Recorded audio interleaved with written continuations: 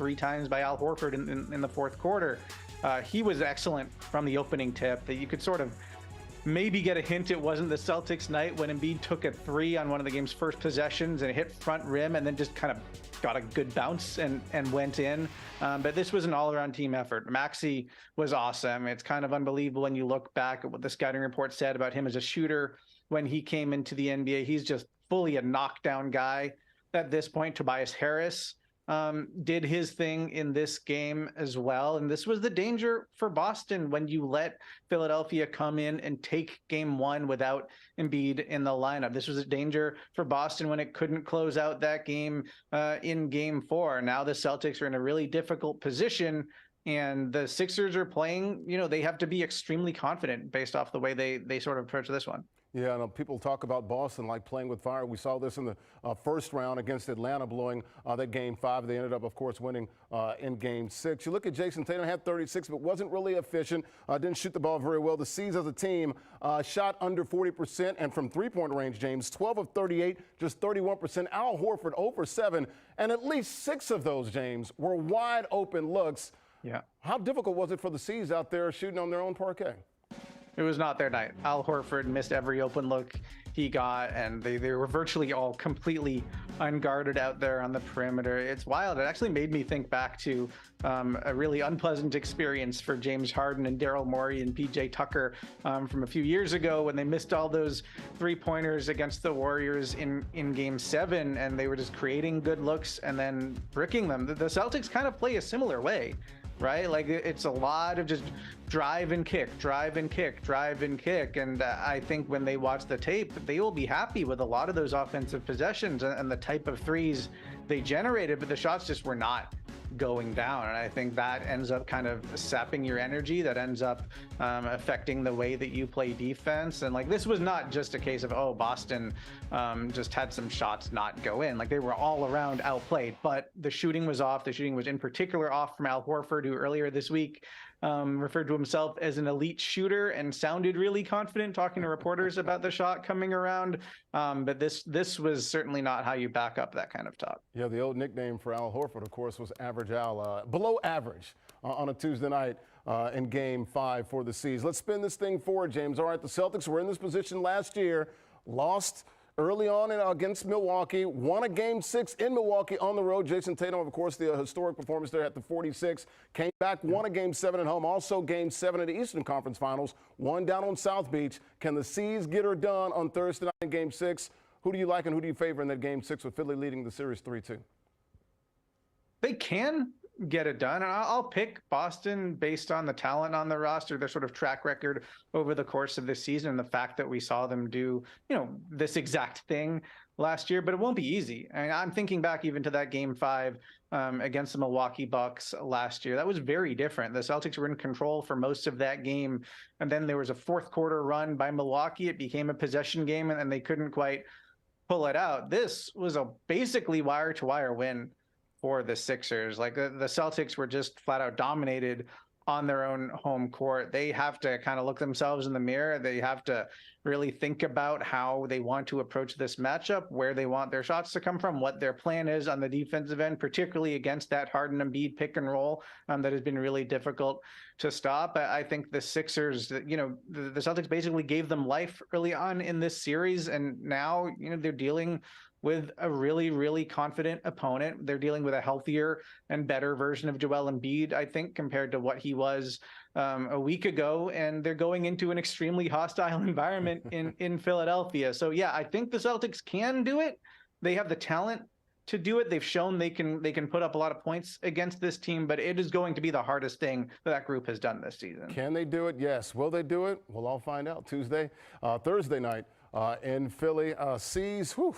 How about James and Joel Embiid? 18th 30-point playoff game of his career. That's tied for the second most in the Sixers history, tied with Dr. J. He is CBS Sports NBA writer James Herbert. James, enjoy the rest of the series. Enjoy your night. Really appreciate you, kind sir. Sixers' largest playoff win in Boston, and they won it by 12. Like I said, they were up 21. Garbage time points there with the C's backups. Got it down to 12. And 55 in the divisional finals, game 4. They won by 16 and 82, and the Sixers went on to win that series. They won the conference finals game 7 there by 14. So big win for the Sixers. They have a 3-2 series lead. They'll go back to South Philly, game 6 on Thursday night. All right, let's head back out to Beantown in Boston. Doc Rivers, the former Celtics head coach, the one that won the last title in 2008. He's at the podium now in Boston with the Sixers up 3-2 in this series. Guys played to exhaustion. Tobias, was begging to come out. Joel needed a timeout. Daniel House gave me the European signal, which the whole locker room got a kick out of because I didn't know what it was. He walked over to me and was doing this, and we have an X-play. So I'm thinking, X-play, and he said, "No, I can't breathe." And we got to laugh about it. That's what we were laughing on the sideline about. But he was fantastic tonight. But everyone who played was fantastic. I was actually going to ask what about House, just what went into your decision to go with him tonight, and just obviously.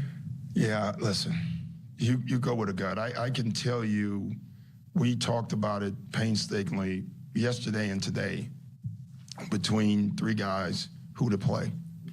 And I can tell you House was not the pick.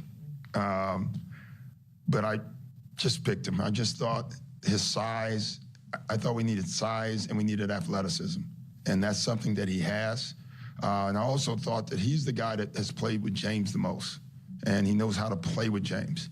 So I thought that was important.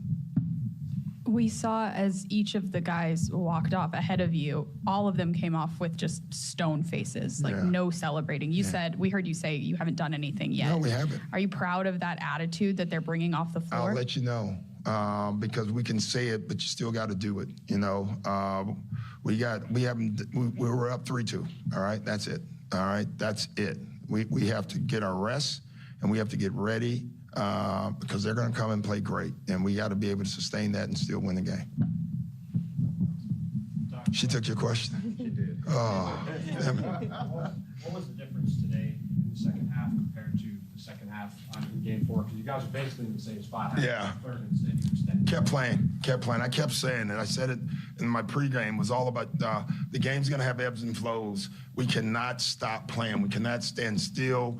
We have to keep going downhill. We got to keep the floor space, and we got to keep moving the ball. Thought we had 2 possessions where we didn't, and it was horrendous. And then we got back to just playing. We have so many guys that can shoot, all right? And if you get in the paint and make plays, those guys will make shots for you. And you mentioned James earlier. It seemed like he really, from the beginning, was able to set a really nice tone for you guys managing the game, even though he didn't get a ton of overall shot attempts. Yeah, I thought James was a magician tonight. And if you were, I guess, I don't know, who calls the game, the pitcher or the catcher? Baseball. Catcher. All right. Geez, guys, I thought you knew sports. All right. He called a perfect game. He was aggressive early on when he needed to be aggressive, and then he kind of sat back and played and got everybody else involved.